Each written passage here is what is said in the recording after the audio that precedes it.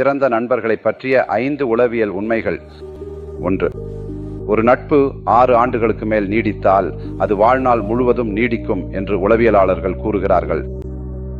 2. நட்பு என்பது நீங்கள் அதிக நேரம் செலவிடும் நபரை பற்றியது அல்ல, நீங்கள் சிறந்த நேரத்தை அனுபவிக்கும் நபரை பற்றியதுதான். 3.